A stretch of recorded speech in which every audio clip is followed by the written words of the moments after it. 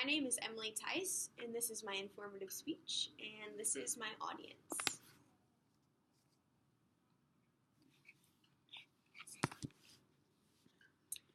Hurricane Katrina was a destructive tropical hurricane that caused many levees to break during the storm, and making things worse, the government was slow to react to the crisis, leaving many Americans in distress.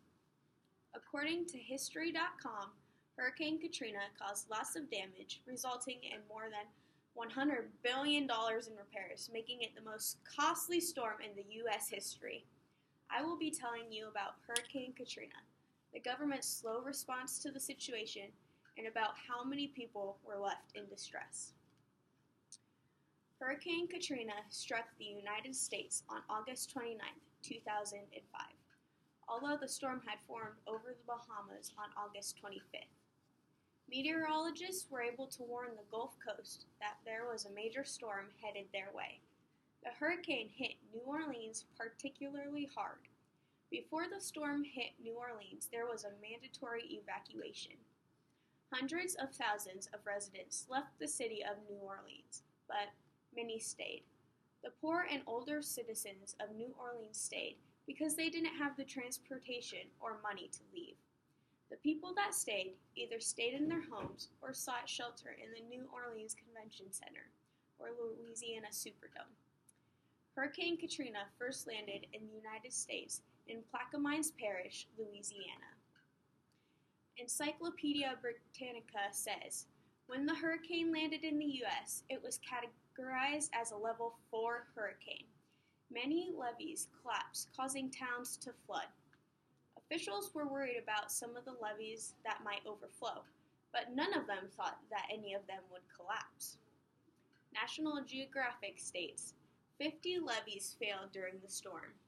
Failed levees accounted for the most deaths during the storm. New Orleans needed help from our government, but they were nowhere to be found. The United States government was slow to respond to the situation. Parts of Louisiana, Mississippi, and Alabama were badly damaged. The government didn't know how bad the situation was. Because of the government's slow response time, many citizens took it into their own hands and went out on boats to help anyone they could. Some whose houses weren't damaged that bad offered housing to the people whose houses got destroyed. The federal government seemed very unprepared for the situation, as it took several days for the Federal Emergency Management Agency to establish emergency operations for New Orleans. The government was criticized for their slow response to the crisis. Lots of people were left without any help. Many people were left in distress for days after the disaster. Hurricane Katrina killed nearly 2,000 people. The people that survived were left with nothing. New Orleans was 80% underwater. Helicopters were used to rescue people that were stuck on the top of houses. Citizens had nowhere to go. An estimated 400,000 citizens were displaced because of the storm. It was hard for people to leave because of all the damage done. Many citizens were in need of food and shelter.